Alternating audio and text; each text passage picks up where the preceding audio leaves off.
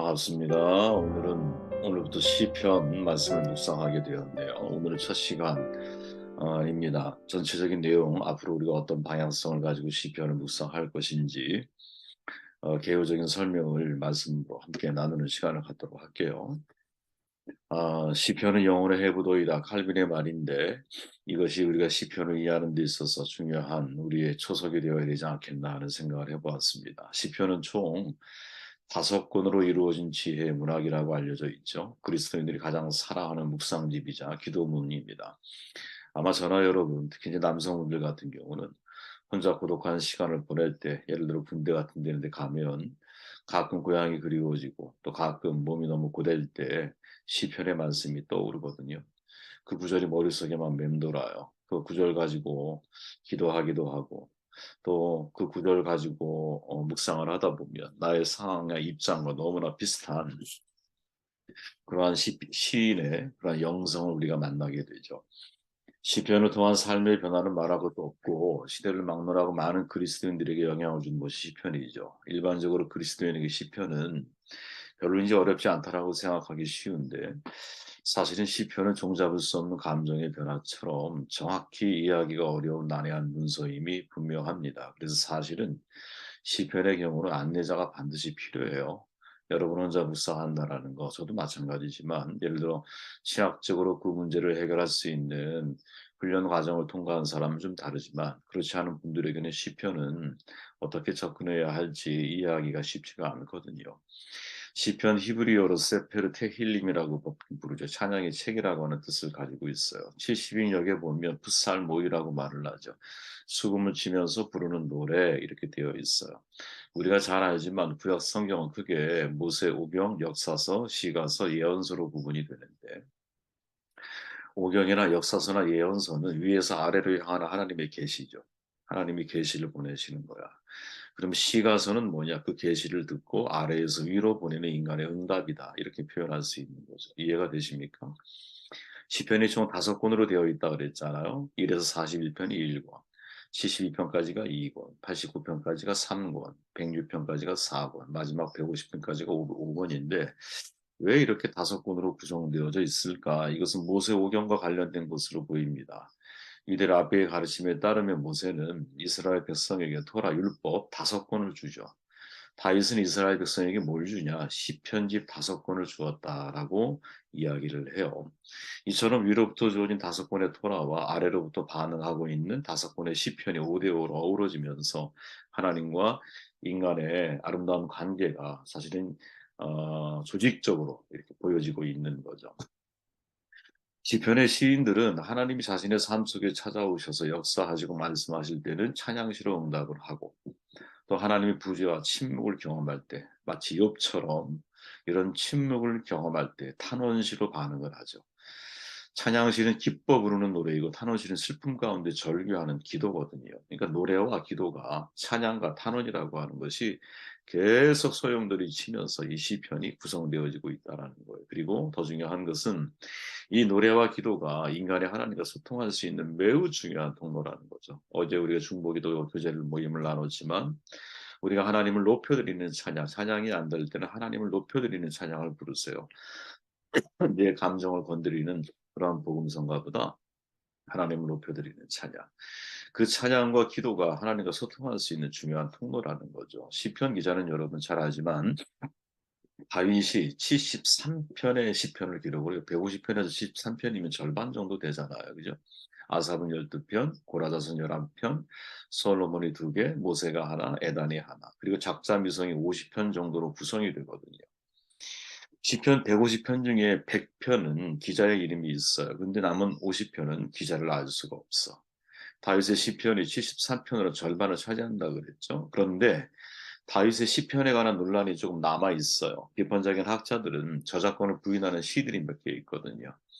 작성 시기를 포로 이후 또는 마카비 시대로 돌려요. 그들은 다윗의 시라고 표지에 붙은 것 중에서 다윗의 시로 볼 수 없는 것들이 있다라고 말을 하는 거예요. 예를 들어서 시편 가운데 다윗의 시로 되어 있는데 성전을 향하여 경배하리라. 성전 건축의 완공은 다윗 때가 아니잖아요. 솔로몬 때잖아. 이게 틀렸다라는 거지. 예루살렘 성을 쌓으소서 시편 51편. 다윗이 성이 무너진 일이 없었기 때문에 포로 이후의 것으로 볼 수 있다라고 이야기하는 증거들이에요. 근데 반면 이러한 의견의 반대를 제 반대 의견을 가지고 있는 사람들은 이런 입장인 거죠. 다윗 시대에 그래 성전은 없었어. 그러나 시편의 성전은 헤칼, 즉 하나님의 집이란 뜻을 가지고 있거든요. 다시 말하면 성소를 가리키는 것이기 때문에 이거는 솔로몬 이후의 성전만을 의미하지 않는다라고 해석을 하는 거죠.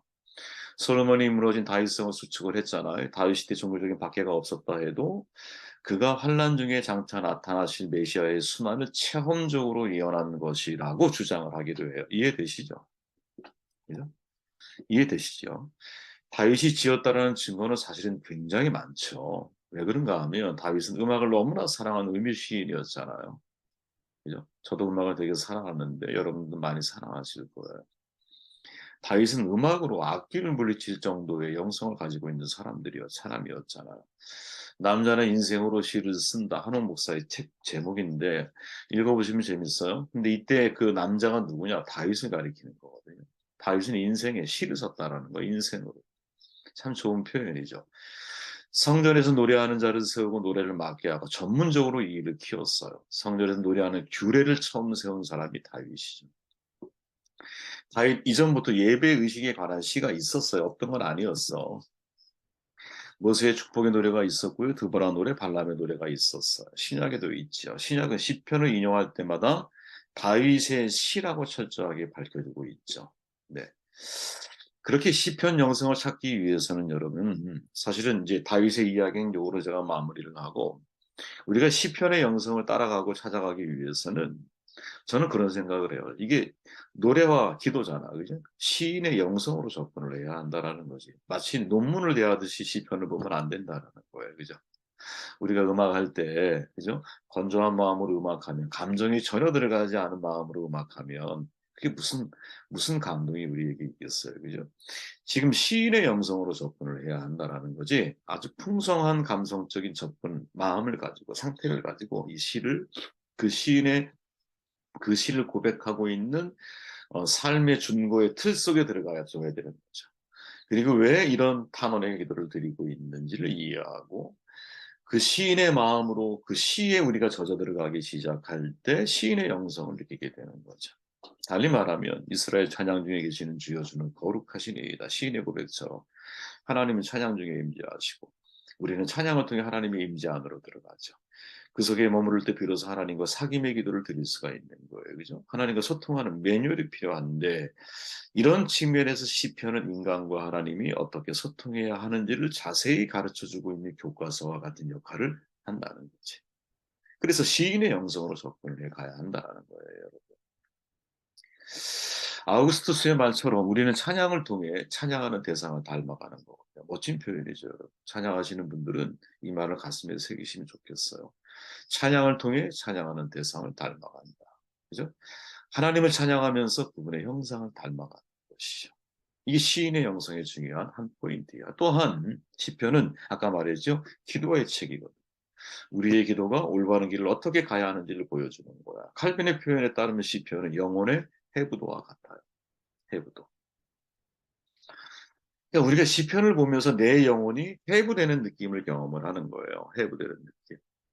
시편의 기도는 여러분 인간의 삶에서 일어나는 모든 고통, 기쁨, 불행, 행복, 질병, 죽음, 불의, 배신, 회개, 용서, 감사, 고백 사실은 모든 내용들이 다 총망라되어져 있거든요. 영혼의 해부도와 같아요. 정말. 시편에 담긴 한 시인의 심정이 바로 우리의 심정과 정확하게 일치하죠. 그죠?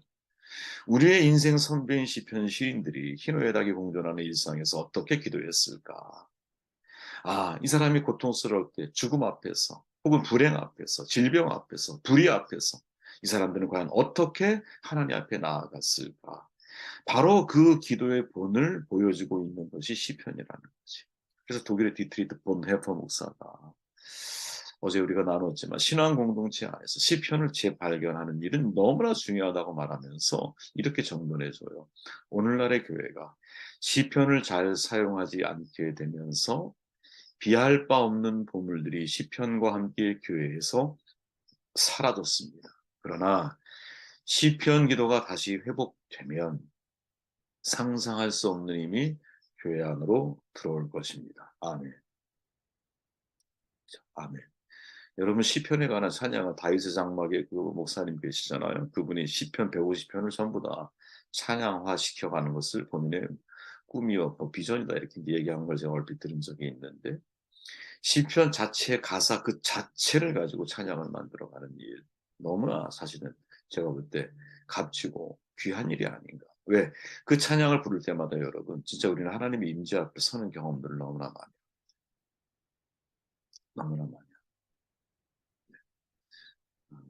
참 시편에 관한 찬양 우리가 한번 정말 깊이 다뤘으면 좋겠다 하는 생각을 해봐요. 자, 차준희 교수라고 계세요. 시편의 영성이라고 하는 책을 쓰셨는데 제가 몇 차례 지금 빌려다가 보고 있는 책이에요. 시편의 영성. 잘 안 보이나요? 어, 이 시편에서 대표적인 장르를 세 단계로 나눠요. 세 가지. 다른 이제 많은 주석서나 이런 것들을 보면 너무 이제 여러분들이 이해하기는 어렵다라고 판단이 되고 이 차준희 교수가 한 세 가지 장르가 뭐냐 찬양시, 탄원시, 감사시라고 기술을 해요. 그런데 여기 표현이 너무 사실은 이쁜 거야. 여러분들이 듣기에도 이해가 쉬워요. 차준희 교수에 의하면 여러분 첫 번째 찬양시는 방향을 설정하는 시라는 거예요. 이해되시죠? 방향 설정의 시. 하나님의 창조 질서가 자연세계와 인간 사회에서 오차없이 작동되어지고 있는 상태. 이걸 찬양시라고 보통 이야기를 해요. 둘째 탄원시가 있는데 방향을 상실한 거겠지 당연히. 그죠? 우리의 인생을 살다 보면 방향을 상실할 때가 있잖아. 그죠? 그때 우리는 이 탄원시에 대해서 깊이 들어갈 필요가 있는 거죠. 감사시는 뭐냐? 그 상실된 방향을 어떻게 다시 재설정하는 시라고 표현을 해요. 참 멋진 표현이다 이런 생각을 하거든요. 시편 150편이 있어요. 그런데 각각 특정한 장르들로 구분할 수 있어요. 다른 신학자들에 의하면 더 다양하게 이 장르를 구분하거든. 근데 저는 이런 복잡한 것까지 여러분들이 함께 고민할 필요는 없다고 보고 시편에서 적어도 이게 하나님을 찬양 높여드리는 거지. 이게 인생의 여러 가지 문제 앞에서 탄원, 내가 탄식하며 하나님 앞에 드리는 기도인지 찬양인지 또 마지막에 다시 내 인생의 제 방향을 설정하기 위해서 감사로 하나님 앞에 나아가는 시인지 이 정도의 장르를 우리가 생각하고 접근한다면 이해하는 데 훨씬 더 도움이 되지 않을까. 방향 설정의 시, 시편의 찬양시를 묵상하면서 여러분 삶의 방향, 즉 하나님을 경외하는 삶의 방식을 배워야 해야 되거든요. 여기에서 우리에게 던져진 교훈 가운데 하나가 뭐예요? 참된 지혜가 뭐냐? 하나님을 경외하는 삶의 방식이다. 삶의 방향 설정이 중요하다고 저는 생각을 하거든요. 속도의 시대를 살아가요. 근데 속도보다 중요한 건 방향이야. 방향이 잘못되는데 열심히 살면 돌아오기 힘들어요. 여러분. 방향이 잘못되면 모든 것이 사실은 잘못된 거예요. 세상에 여러분 악인의 형통 기뻐할 필요 없어요. 왜? 방향이 잘못됐기 때문인 거예요. 그죠? 아무리 그가 화려한 인생을 살아간다 할지라도 마지막은 해벨로 끝날 거예요. 허무함으로. 그리스도인의 삶의 방향은 여러분 하나님을 사랑하는 사람을 사랑하는 것이잖아요. 우리의 자아 실현의 꿈은 뭐냐면 내가 하고 싶은 일보다 하나님이 내게 하라고 주신 일을 찾기 위해서 가는 거잖아요. 벨루프라고 하는 직업이라고 하는 단어 속에는 소명이 포함되어 있잖아. 그죠? 그리고 그것을 결정하는 거잖아. 내가 생존 피해갈 수 없죠. 고기 잡아야 돼요. 그런데 내가 왜 고기를 잡을까? 이유를 찾아야 되는 거죠. 생명을 살아내기 위함인 거예요. 그죠? 돈을 벌기 위해서 인생을 삶에 비참하지 않아요. 그걸 가지고 가치 있는 삶의 열매들을 만들어가기 위해 살아야 되는 것이죠. 그죠? 이 모든 것들이 그죠? 찬양시를 통해서 하나님 앞에 우리의 내면의 나침판을 결정을 해야 한다는 거지. 방향 상실의 시, 탄원시를 통해서 여러분 우리가 살다 보면 인생의 방향을 상실할 때가 있다라는 것을 깨달아야 한다는 그죠? 아브라함은 네 몸에서 날 후사를 기다리는 시간이 길어지면서 삶의 방향을 상실하죠. 야, 조급함이 신앙의 적이구나. 누구의 말처럼 조급함 그 자체가 사탄이다. 라는 말이 있듯이 신앙은 여러분 기다림이거든요. 네, 하나님의 말씀의 성취를 기다리는 거예요. 이미와 아직 사이에서 우리는 인생을 살아가는 거야. 그 기다림을 통해서 우리는 하나님을 깊이 있게 경험해 나아가는 거거든요. 왜? 초점을 내가 놓치지 않고 야곱 생각해 보십시오. 인간적인 계산을 통해서 외삼촌 라반의 집에서 부를 축적하는 데 성공을 해. 그죠? 그런데 성공은 했지만 집에 돌아오는 과정에서 방향을 상실하죠. 왜? 형제 관계가 물질보다 소중함을 깨닫는 시간이었어. 다 먼저 보내지. 자기 혼자 남는 거야. 야, 이 관계가 물질보다 중요한 거구나. 뒤늦게 그것을 발견하죠. 하나님의 마음을 흡족해 했던 다윗이에요. 밧세바 동침한 이후에 방향을 상실해. 야, 내 것을 채우려는 욕망이 어떤 잔인한 악을 만들어낼 수 있는지를 절실하게 깨닫죠. 그래서 그때를 회상하면서 다윗이 표현하는 게 뭐냐? 우슬초로 나를 정결케 하옵소서라고 고백을 하는 거거든요.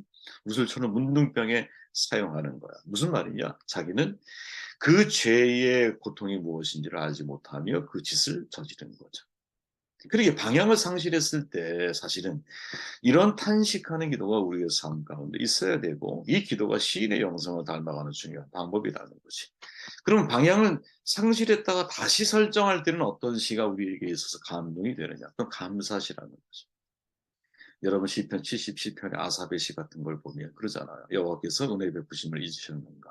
쭉 하나님의 침묵에 대한 두려움, 쭉 하나님의 은혜에 대한 감각의 상실, 그런 상황을 지나다가 그가 고백하죠. 내가 여호와의 옛적 일을 기억하며 그 행하신 일을 진술하리이다. 기억, remember, 그 다음에 진술, repent, 기억한 다음에 자기를 회개하겠다라는 거야.